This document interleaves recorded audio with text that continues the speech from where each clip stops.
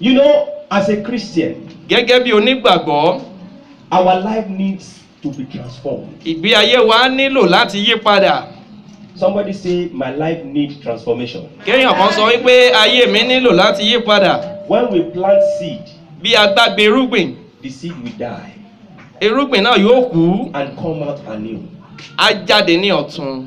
You know, a single seed will transform to be multiple fruit Irúgbìn náà yóò di ọ̀pọ̀lọpọ̀ because it has to undergo death.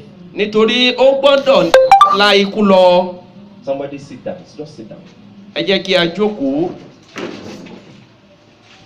I just want us to understand one little thing about ourselves as a Christian. Mo fẹ́ ká mọ̀ nǹkan kan gẹ́gẹ́ bí onígbàgbọ́. If we continue to pray and pray and pray and fail to tell ourselves some of those things we need to do, Bí a bá ń gbàdúrà tí a kọ̀ láti sọ ohun tí ó yẹ kí a mọ̀ fúnra wa, we may just be wasting our time. a kàn ń fi àkókò wa ṣòfò ni. Because after we have prayed and gotten everything we want, Nítorí nígbà tí a ti gbàdúrà tá a ti ní ohun gbogbo tó yẹ ká and nílò, forget that special thing that we need to do on earth as a Christian, tá a ti gbàgbé ohun tó yẹ kí a ṣe ní ayé yìí gẹ́gẹ́ bí it onígbàgbọ́. means our sojournment is a waste. Ó túmọ̀ sí wípé ìrìn àjò wa ó jẹ́ sí àdánù. As a Christian, we are called into a life of transformation.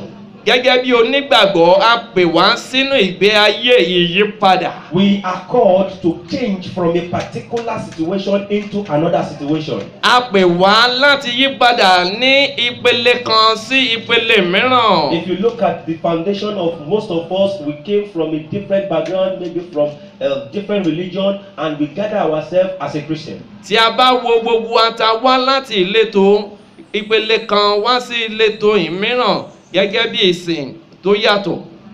We are coming together because of one person, because of Jesus Christ.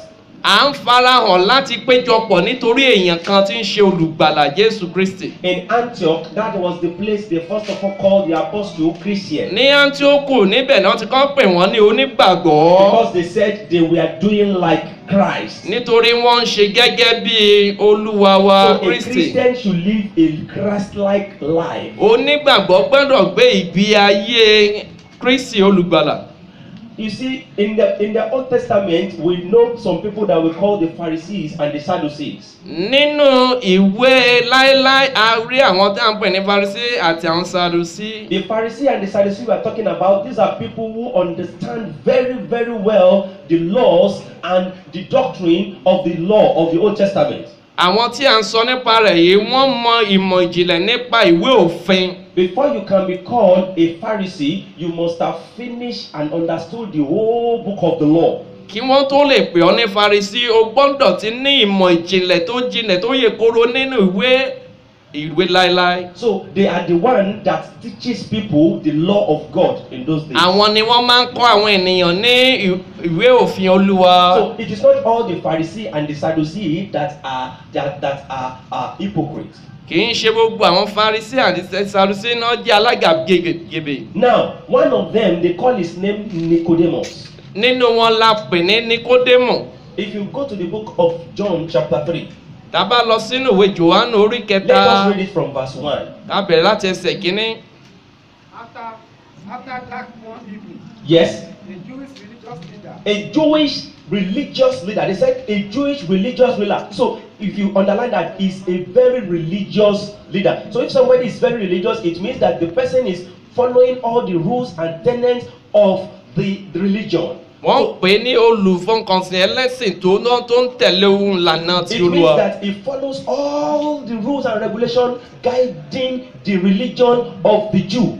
Ó ń tẹ̀lé ìsìn ohun ìlànà tí a gbé kalẹ̀ gẹ́gẹ́ bí àwọn òfin àwọn Júù. Yes, named Nicodemus, his name is Nicodemus, a Pharisee, a Pharisee. came to speak with Jesus. He came to speak with Jesus. Teacher, He said, "Teacher," he said, we all know that God has sent that God has sent you to teach to teach us us your miraculous sign your miraculous sign and prove enough and prove enough that God is that God is with you.